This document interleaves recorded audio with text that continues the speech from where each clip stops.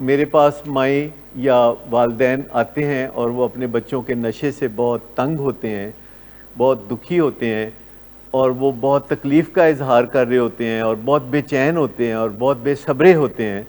تو میں کبھی کبھی ایسے ہی مذاق میں ان کو یہ کہتا ہوں کہ اگر آپ اپنے اس بچے سے اتنا ہی تنگ ہیں جتنا کہ آپ کہہ رہے ہیں تو یہ مجھے دے دیں۔ تو وہ اکثر مجھے کہتی ہیں کہ ہاں ہاں آپ لے لیں، تو میں کہتا ہوں نہیں، میرا بھی بیٹا ہی ہے، چونکہ میرے پاس آپ اصلاح کے لیے بھیج رہے ہیں تو اب ہمیشہ کے لیے میرا بھی رشتہ اس کے ساتھ یہی ہے، پر آپ کا جو رشتہ ہے وہ تو اپنی جگہ قائم ہے۔ تو پھر ہم جدوجہد میں لگ جاتے ہیں۔ تو یہاں جو ایک ماں بیٹھی تھی تو انہوں نے یہ کہا کہ ڈاکٹر صاحب اے لے لو تسی میرا پتر لے لو۔ پھر اسی طرح بات چیت کی اور بات ختم ہوئی، تو تھوڑی دیر کے بعد وہ لڑکا جس کے بارے میں بات ہو رہی تھی تو میرے دفتر میں آ کے مجھے ملا، اور وہ لٹرلی ہی واز کرائنگ، وہ رو رہا تھا اور وہ کہہ رہا تھا کہ یہ جو میری ماں نے آپ کو کہا ہے نا کہ اینو تسی لے لو، تو مجھے اس سے بڑی تکلیف ہوئی ہے، میں نے ایسا کیا کیا ہے جو میری ماں نے یہ بات کہی ہے۔ اور وہ آؤٹ ڈور میں ٹریٹ ہو رہا ہے، اور وہ چونکہ ریگولرلی آتا ہے، آج اتفاق سے میرے خیال میں وہ نہیں آئے، وہ فیملی نہیں آئی اور وہ بچہ بھی نہیں آیا، تو میں تھوڑا سا ڈسٹرب ہوا کہ یہ بات تو گڈ فیتھ میں کوئی کہی گئی تھی، پر اس بچے کو اتنی بری لگی ہے اس کی یہ بات کہ میری ماں نے آپ کو کہا کہ اینو تسی لے لو۔ تو مجھے اس بات سے بڑی تکلیف ہوئی ہے کہ میں نے ایسا کیا کیا ہے کہ میری ماں مجھے چھوڑنے پر راضی ہے اور وہ آپ کو دینے پر راضی ہے۔ تو میں نے کہا نہیں، یہ تم سمجھنے کی کوشش کرو، ایکچولی وہ تم سے بے پناہ محبت کرتی ہے کہ اگر تم صحت مند ہو جاؤ اور اس سے چھن بھی جاؤ، میرے پاس آ جاؤ، تو تب بھی وہ اس کو یہ سودا قبول ہے۔ تو میں نے کہا یہ بہت محبت کی بات ہے، آپ کیسے سوچتے ہیں اس بات کو؟ چونکہ کبھی کبھی آپ کے والدین بھی تھوڑا تلخی میں کوئی ایسی باتیں کر جاتے ہوں گے کہ تینوں کرو کٹ دینا ہے تے تینوں ہن ملنا نہیں، تے اس طرح کی باتیں شاید۔ یہ تو ہم اکثر کہتے رہتے ہیں کہ بھئی آپ کے والدین آپ کے ہاتھوں بڑے پریشان ہیں، یہ تو اکثر ہم کہتے ہی رہتے ہیں، لیکن یہ فیلنگ کہ جب وہ اس طرح کا فکرہ بولتے ہیں سچ مچ کسی وقت، حالانکہ وہ سچ مچ تو کوئی نہیں ہوتا، وہ تو آپ کوئی اسپیشل بات کر رہے ہیں نا کہ بندہ چلا جاتا ہے، یہ بات ٹھیک ہے کہ کبھی کبھی بندہ تعلیم کے سلسلے میں، روزگار کے سلسلے میں اپنے گھر سے دور کسی اور شہر میں چلا جاتا ہے، اور مجھے اس کا ذاتی تجربہ بھی ہے۔ جب میں میڈیکل کالج میں گیا کوئی 17 سال کی عمر میں، تو میں کراچی گیا، تو ظاہر ہے لاہور سے اس وقت کراچی جانا کافی دور سمجھا جاتا ہے، اور اس وقت کوئی اسمارٹ فون یا ٹیلی فون یا اس طرح کی سہولتیں بھی نہیں تھے، خط لکھا جاتا تھا۔ تو تقریباً 6 سال کے بعد جب میں کراچی سے واپس آیا تو مجھے لگا کہ میری بھی گھر میں جگہ نہیں ہے۔ جب میں ڈاکٹر بن کے واپس آیا، آپ میں سے کوئی اس کیفیت میں سے کبھی گزرا کہ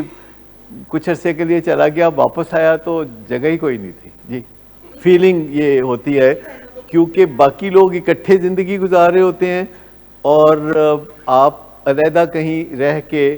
تو خیر سے واپس آتے ہیں، تو آپ کو لگتا ہے کہ یہ سب ایک پارٹی ہیں اور میں دوسری پارٹی ہوں۔ لیکن یہ ایک کامن سی فیلنگ ہے، اور بہت تکلیف ہوتی ہے اس فیلنگ سے کہ آپ کسی گھر کا حصہ ہیں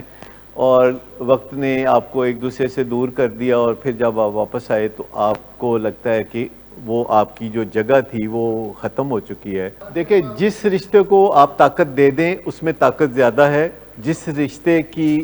گردن مڑوڑ دیں اس میں طاقت کوئی نہیں، اس کی جان چلی جاتی ہے۔ تو کوئی بھی رشتہ جو قدرتی رشتہ ہوتا ہے، جیسے ماں باپ کے ساتھ اور بھائیوں کے ساتھ، اس میں بہت زیادہ گریس مارکس ہوتے ہیں، گریس مارکس یعنی مفت کے نمبر، اور جو باہر ہوتے ہیں رشتے ہمارے، اس میں گریس مارکس نہیں ہوتے،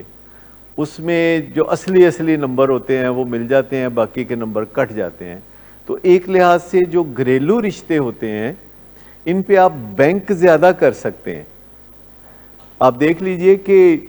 لوگ اولاد کے ہاتھوں کتنا بھی تنگ ہوں تو جائیداد وہ اولاد کے ہی چھوڑ کے جاتے ہیں، وہ کسی اور کو نہیں دیتے۔ جائیداد ہی کوئی نہیں تھی تو نظر کس پہ ہونی تھی؟ ویسے میں کہتا رہتا تھا کہ میری جائے میرا حصہ مینوں دیو، یہ میں ویسے میں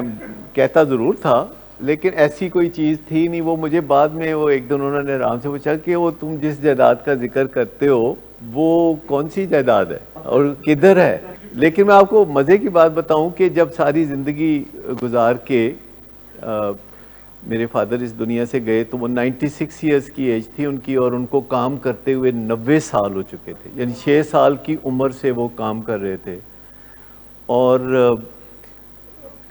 وہ جو جائیداد میں 14 سال کی عمر سے ان سے مانگتا تھا تو اس وقت تو کوئی جائیداد نہیں تھی، پر انہوں نے جتنی جدوجہد کی اور اپنی زندگی میں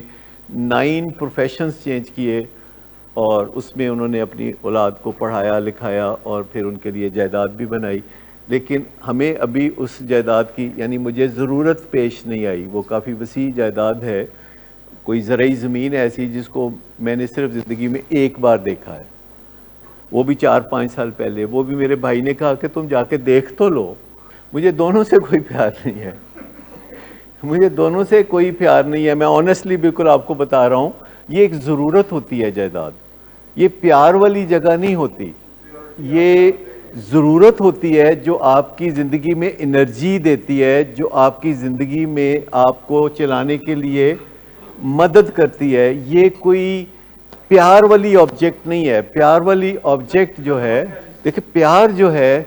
وہ آپ کو انسانوں سے اگر ہے تو وہ ایک بہت بڑا ایسٹ ہے، یا بنانے والے سے ہے تو وہ ایک بہت بڑا ایسٹ ہے، یا اپنے آپ سے ہے تو وہ بہت بڑا ایسٹ ہے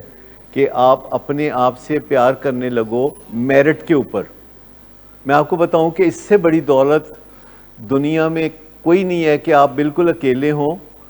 اور آپ آئینے میں دیکھ رہے ہوں اور آپ اپنے بارے میں کہہ سکیں کہ تم اچھے آدمی ہو. اس سے بڑی جو ضرورت انسان کی ہے وہ اور کوئی نہیں ہے. Self esteem. سیلف اسٹیم یعنی آپ پسند کرتے ہیں کہ نہیں اپنے آپ کو. یہ بات،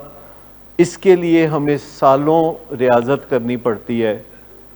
اور پھر کوئی ایک آ کے تھوڑی سی بات آتی ہے کہ آپ کو لگتا ہے کہ ہاں ٹھیک ہو، تم اچھے ہو. میرے فادر نے زندگی میں بس ایک دفعہ مجھے تعریف کی میری، جو مجھے کبھی نہیں بھولتی، میرے یاد میں وہ لہریں لیتی رہتی ہیں، کہ آج سے کوئی 25 سال پہلے ایک دن وہ مجھے بیٹھے بیٹھے، وہ بہت کم بولتے تھے، ساری زندگی میں میری ان کی گفتگو کوئی 45 منٹ سے زیادہ نہیں ہوئی ہوگی، کیونکہ وہ ایکشن پہ زیادہ یقین رکھتے تھے اور بات چیت بہت کم کرتے تھے. تو انہوں نے مجھے کہا 25 سال پہلے، کہتے یار ویسے تو چنگا بندہ ہے. میں کہا جی اچھا جی. تو میں کہتا ہوں کہ میں پتہ لگا ابا جی. کہتے ہیں میں لوگ ہی کہندے رہے. تو سرسری طور پر انہوں نے یہ ایک بات مجھے جو بالکل کبھی نہیں بھولتی. تو لیکن وہ جو پرسوں میں بتاؤں کہ لڑکے کے اندر وہ جو میں نے دیکھا ایک جذبہ، تو میں نے اس سے صرف یہ گیس کیا کہ وہ بہت اس کے اندر تڑپ ہے اپنے آپ کو سنوارنے کی، اور اس کے اندر ایک شدید خوف پیدا ہوا ہے کہ مینوں کدھر ماں چھڑتے نہیں دے گی. تو میں نے اس کو بولا اس بات کے جواب میں کہ میں کہا نہیں، ویسے میں نہیں کسی ماں نو چھڑ دیاں ویکھیا اولاد نو،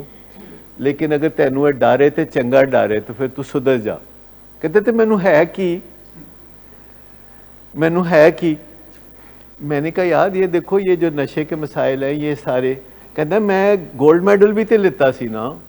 میں نے وہ بھی تو کیا سی نا، میں نے وہ بھی تو، مجھے اسکالرشپ بھی تو ملا تھا. میں نے کہا یار یہ دو چیزیں آپس میں کمپیریبل نہیں ہیں.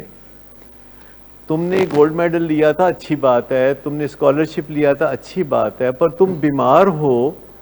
اور صحت کی طرف تمہارا سفر بہت سست ہے، یہ والدین کے لیے اور تمہارے لیے اچھی بات نہیں ہے. یہ صحت کا سفر ہے کہ اگر بندہ نشہ استعمال کرتا ہے تو یقینی طور پر اس کا جو مزاج ہے وہ بیمار ہے، اس کا جو موڈ ہے وہ بیمار ہے. اور یہ معمولی بات نہیں ہے کہ ہمارا موڈ اور مزاج بیمار ہو اور کبھی ہم کوئی کام کرنا چاہیں تو ہمارے اندر اس کی توانائی محسوس نہ ہو، کبھی کسی سے بات کرنا چاہتے ہوں تو اس کی ہمت ہمارے اندر نہ ہو، کبھی ہم خوشی منانا چاہیں تو ہم سے خوشی نہ منائی جائے، ہمیں خوشی منانے کے لیے